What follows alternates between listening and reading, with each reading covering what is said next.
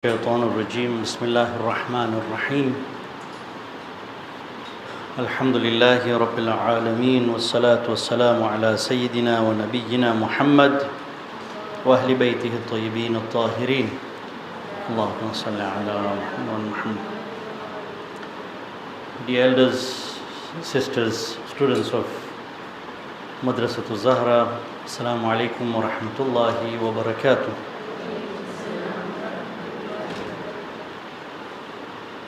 Again, it's an honor to have been invited here, to be here with you all in this distinguished institution. So the topic for today was health insurance. I don't know what are your expectations after reading this topic, but inshallah we'll go through this journey together. So on 22nd February, morning at around 6:10, for those of you who live on Morogoro Road or somewhere around, there was a huge crash that was heard. A Mwendokasi bus, rapid transport bus, was coming from Samora area this way, and a car suddenly came out from Jamhuri Street. The bus tried to swerve and it went into the shop next to 80 shop. There's a CCTV camera clip that has gone around. Most of you must have seen it. I've watched it so many times. So there are two people sitting there. One was an askari sitting on the chair, and the other man was walking.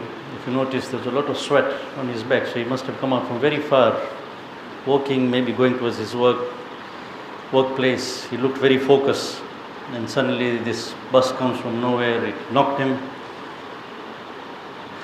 And the askari luckily saw the bus, he ran away, so he got saved. This person got knocked. They say he's not died yet, alhamdulillah. We don't have any updates. But this is one incident that we need to take lesson from. And not only here, minute by minute, if we were to have CCTV cameras around the world, we would see these incidents happening minute by minute. So the moment we wake up in the morning, we don't know how the day is going to go. It's full of uncertainties. Not only that, but all the diseases that are diagnosed. So not only accidents, but diseases. So you wake up in the morning, something happens, people have strokes, they have heart attacks, anginas. COVID just passed, and we saw how things were. Fires that happen, damages, theft. So this is the story of our lives. It is full of uncertainties. So it is like unfolding a carpet. You go to a carpet shop and you want to buy a carpet, but the carpets are not displayed on the wall, or they might be displayed on the wall, but you want a specific carpet for yourself, and there are many which are rolled up. So you ask the shopkeeper to give you that one carpet that you want to see, or you are going through different carpets, and he starts unfolding it in front of you. So you know how a carpet is, so he holds on to the end and the carpet starts unfolding in front of you. You don't know the pattern. Every roll that opens and you see some sort of pattern, but you don't know how the pattern is going to be. Until the carpet is fully open, do you see the pattern. That's the story of our lives. It's opening up gradually. So nobody knows what's going to happen. The moment we walk out of the door, by the end of this class, it's the carpet that is opening. We don't know the pattern. Allah has a pattern for us. He has something planned for us.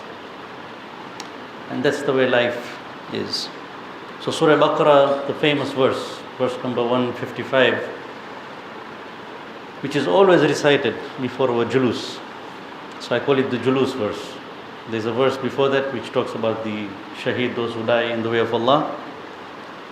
But then the next verse, 155, he says, أعوذ بالله من الشيطان الرجيم وَلَنَبْلُوَنَّكُمْ بِشَيْءٍ مِّنَ الْخَوْفِ وَالْجُوعِ ونقص من الأموال والأنفس والثمرات وبشر الصابرين. And we will most certainly try you with somewhat, not everything, somewhat of fear. So fear is one. So when we saw this clip, we were not involved, but the fear that comes. I know of many people who stopped going that way. Mandokasi Road has become no bound for them now. Okay, we don't want to go out of bound. We will not pass from there. We are scared. Fear, and then hunger, loss of property, loss of lives and fruits. And give good news to the patient ones. It doesn't say give good news to the ones who are insured. Life insurance, health insurance. It doesn't say give good news to the ones who are insured, because they will be safe. Even those who are insured will have to go through this. What is insured, what is guaranteed is the treatment. At least they won't have to take it out from their pocket. So it is this uncertainty of our future, that is what they work on, the insurance companies. They will always tell you, you don't know what's going to happen. So you should be insured. So even the brokers, so you have the insurance companies and you have the brokers who sell the policies, they will always play on this uncertainty. Okay, something could happen, you could fall sick, a death could happen, so life insurance, sickness, an accident like this, you could run into a loss business. So this is what they play on. So there's a very nice saying, they say, if risk in life, not risk with the S. If risk is like a smoldering coal, so if risk is like a smoldering coal that may spark a fire at any moment, then insurance is civilization's fire extinguisher. So insurance is like a fire extinguisher. So you have a piece of coal which could catch fire at any time, but insurance is like a fire extinguisher which helps you to put it out. So this is the way they play around uncertainty, and this is the way they market it. If you want to have a fire extinguisher, something happens in your life, you can put it off.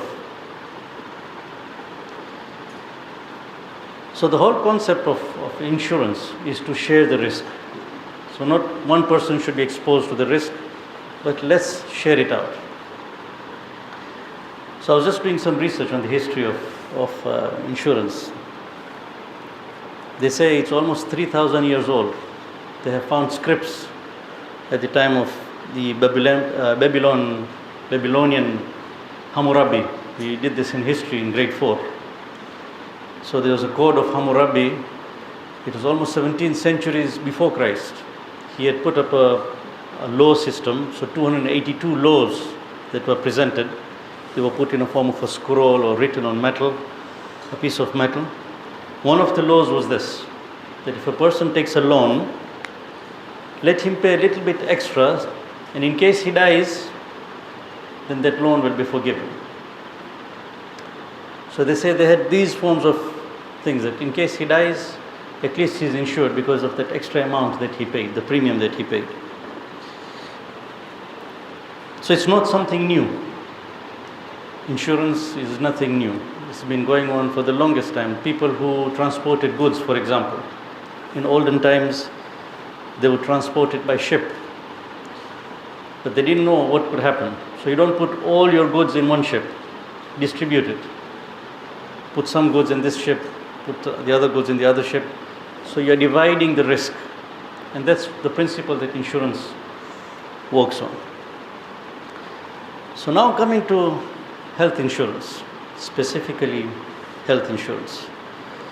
So health insurance definition, it's a contract between a company and a consumer. So a company could be anything, Strategies, Jubilee, NHIF, so many other companies around. So the company agrees to pay all or some of the insured person's healthcare costs for a payment of monthly or an yearly premium. So you have to pay a premium, either monthly or yearly. The system that works here, you pay an yearly premium. And then usually the agreement is for 1 year. So over the period of 1 year, if you fall sick, your preventive care or curative care, any emergency that happens will be paid by the insurance company. Dental and eye is usually not covered. And if it's covered, they'll keep a very small amount because it's very expensive. There are too many teeth in the mouth. Anything could happen. So usually they keep a cap. Okay, you'll only be covered this much when it comes to dental and eyes. So the insurance companies are champions. What they've done is they've studied risk and probability. We do probability in mathematics. So they have data that they play around with. They see the statistics and they calculate the risk.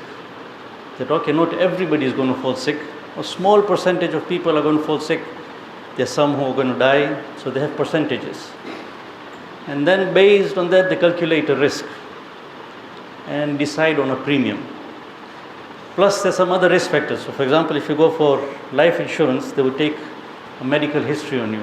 So if you have risk factors, for example, genetics, or you're already sick or because of your age, they know that there's a higher risk of this person falling sick, then that increases your premium. So this is a brief discussion on health insurance. I don't want to go into detail. That's not my purpose for today. So we have private companies like Tanzania, and then in places like UK, you have the NHS, the National Health Service. So what has happened is the government has taken it on itself that no, we are going to offer insurance, so everybody should have equal access to healthcare. So they use the taxpayers' money, the tax that we pay, or the tax that they pay, amount of it is given to the NHS, and NHS covers the medical cost. So everybody has access to medical care. So UK, European countries, Canada has this system. You had places like Libya where the wealth of oil, the oil wealth, Gaddafi said it's going to be shared. So $1 per barrel or $2 per barrel would go into everybody's account, for example. And healthcare was absolutely free. So if they could be treated in Libya, they would be treated. If not, they would be taken abroad and the government would pay for it. The best healthcare system in Africa was in Libya before they destroyed it. NATO went and attacked it, Gaddafi was killed. These people have become paupers now. So best system was in Libya. You have a Cuban model. In Cuba, what they've done is they made medical school free. So medical training, the fees in a medical school became free. So anybody who had the best good grades would go to medical school, graduate at a minimum cost. And what they did then was they overproduced doctors. Now there are so many doctors in Cuba that instead of the patient going to the hospital, they have so many doctors that doctors come to your house. So doctors have been given a duty. You go to people's houses, see how they live, primary health care, advise them, prevention. Not only that, but now they're exporting doctors to the rest of the world. So during the COVID crisis, Cuba was the one that exported maximum doctors around the world to go and control the COVID crisis. So this is the Cuban model. Overproduce doctors so that the healthcare cost becomes zero and it's absolutely free. So one of the best healthcare systems. It's a third world country, but one of the best healthcare services in the world is in Cuba. In the US, we have Obamacare. In India, we had Modi Care. So what that is you buy an insurance policy and the government subsidizes. So it's not full government, it's sharing. So person pays, the government also pays. And then medical treatment becomes not free, nothing is free. But at least it becomes affordable to everybody. And that's what Magufuli wanted in Tanzania also. So if he was still alive, President Magufuli, we would have had Magufuli care by now, maybe. This is where we were heading. But the doctors were not happy. In the US, in India also, doctors are complaining. So what happens then is there's a restriction on what the doctors can charge, because they want to make healthcare affordable to everybody. So the history of insurance, how the insurance system works, how they make money, how they play around with risk is fascinating. You can do your own reading, but that's not my purpose for today. And I'm not here to tell you whether you should be buying health insurance or whether it's good for you, or which health insurance you should buy, strategies, or whether it's Jubilee. That's not my purpose for today. But there are three things that, as a healthcare provider, I've noticed. And before I go ahead, I want to address these issues. These different schemes that are there, the insurance schemes that we have, and the reason I'm addressing this issue here, because our ladies are the policy makers. When we educate the ladies, we say we educate a whole community. With men, sometimes it doesn't spread around. But with ladies, the information spreads much better. They take the information back home and spread it around. And that's why I thought I'll address it here. So most of us who buy these insurance schemes are faithful. But there are some who turn into crooks when they buy these policies. Not only them, but the insurance company also turns into a crook, number one. So you ask any hospital here, there is always a delay in payment. So they provide the services, but the payment comes after 4 months. So if it's a small institution like mine, we really suffer. 4 months delay in payment. If you have that much cash, if you have reserve, then it's okay. So the insurance company, they do not honor the contract with the hospital. There's a delay in payment. And it gives them some extra time to do whatever they want with the extra money that they have. They can rotate it in the market or invest and get some more returns. I don't know why there's a delay. Sometimes they reject the claims also. That's the insurance company. Doctors also sometimes turn into crooks. So when they find out that you have an insurance policy, then they start writing tests and medication for you that are not necessary. Insurance say, and hospital ne faydo thase. So just write. They know that this person just needs this tablet. I'm not saying all doctors. There are some who find this insurance scheme a way to make extra profit or write extra to the patient. And it's the patient who suffers at the end of the day. So doctors also sometimes, because of these insurance schemes, they turn into crooks. And sometimes patients also turn into crooks. The ones who bought these policies, so we have many patients coming to our clinic. કે મારું allowance છે ને ખાલી 3 પેટી છે, પણ મારી wife છે અને મારી દીકરી છે એલાકા તો નથી વાપરવાના, તો એલાકાના નામમાં તમે રિસીટ લખી દો તો અમે આ બેનિફિટ મળે. Many people do this, કે આના નામમાં લખી દો. So if it's family members, it is our duty to ask. I've asked scholars and they say that it is our duty to ask the company. If you see the definition, it's been mentioned, it's a contract between the insurance company and the patient. So it's our duty to ask the company, are we allowed, if my quota is over and we bought a family policy, am I allowed to seek or take treatment on somebody else's name within the family? If they say yes, Bismillah. But if they say no, and most of the time they'll refuse, then it's not right to impose this on the healthcare provider. So it puts us in a very awkward position. I've already treated the patient. કે હવે ચિઠ્ઠો લખવાનું છે, તમે please આના નામે લખો. મારું નામ નહીં લખજો, મારા હસબન્ડનું નામ લખો, કારણ કે એનું ઇન્સ્યોરન્સ છે. This happens. And this needs to be addressed. It's haram. You've not honored the contract that we've had with the insurance company. So if you are signing a contract, it's important to ask the insurance company or the broker, Okay, Baba, if we come into a situation where by end of the year we have some policies that are unused, can we use it in other people's names? If the insurance company says, Sawa, okay, proceed, not a problem. So I thought we will address this issue and hopefully the word will spread around. So we as doctors have to be careful, we as patients have to be careful, and of course the insurance companies also have to be careful. Now I want to take you on a detour. I know the topic was health insurance. Okay, I'll take you on a detour, just go slightly outside the topic. But I don't want to lose you. Don't lose your track. It says, just be with me. Inshallah, we'll come to a conclusion. So I was going through the BBC website. BBC have a radio channel and they have a website also, and a TV. So on their website there was an interesting article called "The Secrets Inside Your Saliva." Thukma, secrets, raz chupayelu chhe thukma. It was written by a person called Chris Gorski.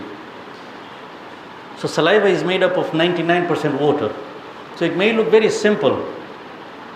આખો દિવસ થૂક ઉડતું હોય છે, ટપકતું હોય છે, સુવાટાને અમે જેમ તેમ થૂકી લઈએ છીએ, વાંધો નહીં.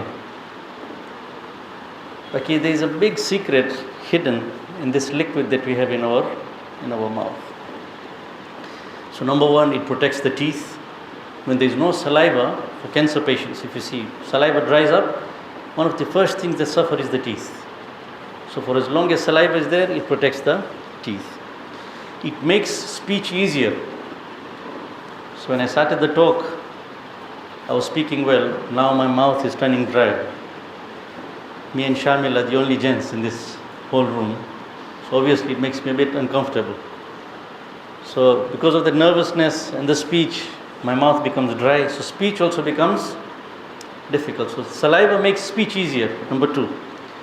Number three, it creates a welcoming environment for the food to come into the mouth. If it wasn't for saliva, it wouldn't have been a good environment for food to come in. Three.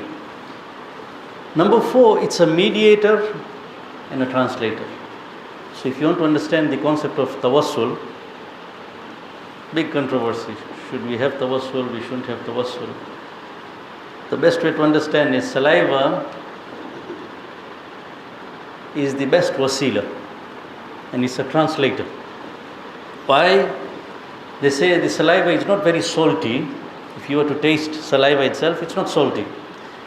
But that enables you to taste salty stuff.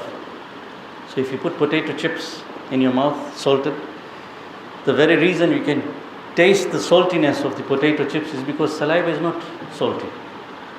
It's not very acidic, the saliva, and that's why when you put lemon in your mouth, you can taste the acidity of lemon. So it's only because the saliva is neutral that you can taste these things. So it's a mediator and a translator. We can sense the taste of food through saliva. It contains enzymes like lipase and amylase, so digestion starts in the mouth. Number 6, wetting and dissolving of food. So we wouldn't have been able to taste food if it wasn't for saliva. So saliva wets the food, it breaks it down, and it carries that food to the taste buds, and only then can the taste buds taste food. So if there was no saliva, what would happen is food would not reach the taste buds. It would be very dry, and dry food cannot reach the taste buds. So it wettens the food, it enables testing. Please don't get lost. We will get to the conclusion. Saliva also brings about aromas. So when you put food inside the mouth, most of it dissolves, but there's an amount that goes behind. And the moment it goes behind, it goes up to the nasal cavity, and you can smell it. You can smell it. So aromas of food is facilitated by the saliva. Perception of texture. So if you have had nundu, when you put nundu in your mouth, you have mushkaki first, and then you put nundu, you will see the feeling inside the mouth is different. or zambarao in that case, or dry buyu, or sometimes sopari or khungu, your mouth becomes dry. It feels like it's become dry, but no. The reason that happens is because there's some proteins in saliva which precipitate. When they come into contact with foods like this, they precipitate and gives you a feeling. So you can sense it. This food is dry. There's extra fat in this food. It's all because of saliva. And it also has a memory. So the moment you have something like karo limru, for example. So I have a habit of having karo limru. Morbaini, you boil the leaves and you have the water. And it's very bitter. Bahut karu hai. Okay, now I've been having it for so long, I'm used to it. Why? Because my saliva has a memory. So the first time I had it was very bitter and it responded to that. Next time when I see karo limro, automatically the saliva releases proteins and it's bearable for me. So they've done an experiment whereby they've taken saliva from one rat who was fed with bitter stuff and they injected the same saliva in another rat and it increased the tolerance of that rat also. So the saliva itself has the capacity to increase your tolerance and it has a memory for food. So for saliva to do all this inside the mouth, time is needed. It has to be in the mouth for some time. તમે જલ્દી જલ્દી ખાવાનું ઉતારી નાખો, you will bypass all these benefits. It needs to be there in the mouth. But now just imagine if you were to put food in our mouth and just sit there with food inside the mouth. It would be boring, right? ખાલી ખાવાનું રાખીને બેસવાનું ખોબરવાનું કે હવે કાંઈ થશે મોઢામાં. Very boring. So God has kept teeth. દાંત છે, જીભ છે. So He creates an activity now. So the moment food goes in, and nobody has to teach you this. The smallest of children, you will see them chewing food, and the tongue will keep on swooshing it around. So food is moving around. All this to make it exciting. The activity inside the mouth now is very exciting. So it stays there for some time, and then you swallow it. Okay? Now, if you were to go in the stomach, the way your stomach has been designed, there is something called ghrelin which is released, which increases your appetite for food. Then there is something called satiety cascade, which kills your appetite. So, we eat food. After some time, the same food is kept in front of you, you don't feel like eating it. There is a system inside your body. But that takes 20 minutes to work. It doesn't work immediately. So now just imagine if you are eating fast and within 20 minutes we put so much food inside the stomach, but our stomach was already satisfied, but only that it had not sent a signal to the brain. By that time we've already overeaten. So the whole idea of keeping food inside your mouth for 20 minutes, not 20 minutes, but chew as much as possible, keep it in your mouth for as long as possible, eat slowly. After 20 minutes, you listen to the signal. If you still feel like eating a little bit, fine. Most of the time, you will be full. The 20-minute mark, it will tell you, bas, it's over. If we do that, the muscles develop, our appetite will decrease. I've tried doing it myself, and you actually get tired eating. Akul khawanu hase, and you tell yourself, I have to chew this food. You will see your appetite will automatically decrease. It's the best way to reduce weight. Wajan ghataru hoy, you can try dieting, you can try this. One of the best ways is to start chewing your food well. There's a whole talk by a person called Sandeep Maheshwari, The Magic of 32. So what he has done is he's written 32 on all his plates at home, the plates that he eats. So the moment he puts food, there's 32 staring at him there, reminding him that he has to chew food 32 times before swallowing. And in his talk, he shows a photograph of how he was and how much weight he's lost just because of chewing his food. So benefits of saliva, benefits of chewing. It makes the food interact with saliva, so you get all those benefits.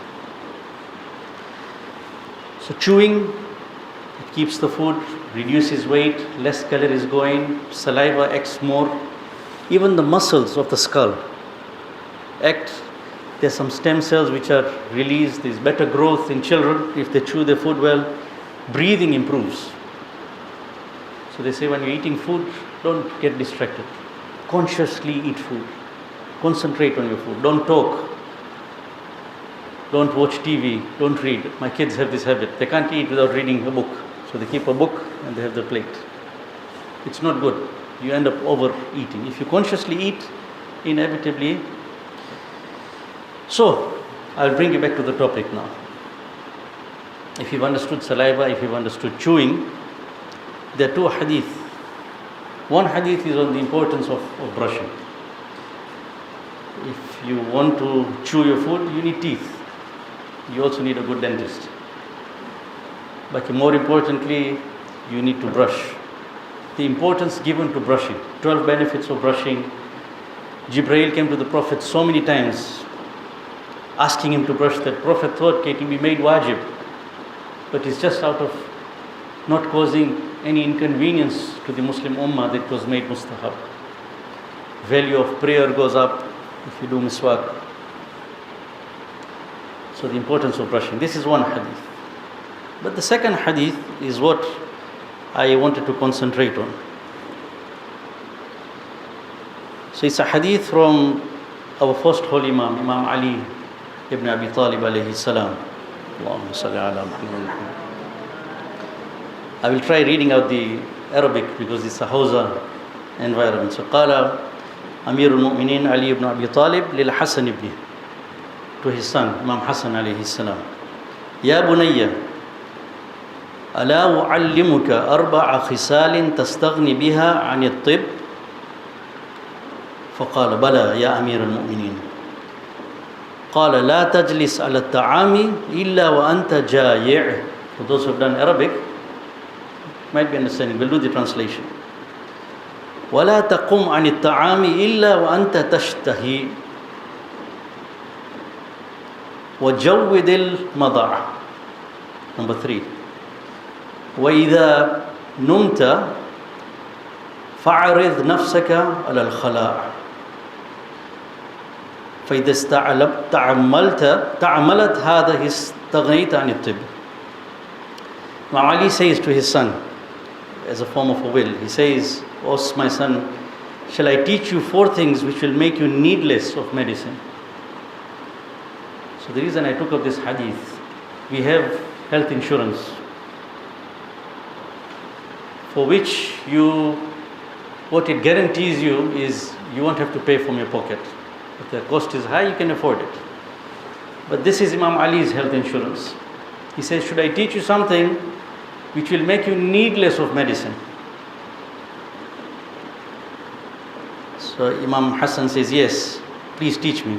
So the Commander of Faithful says, do not sit to eat unless you are hungry. Number 1.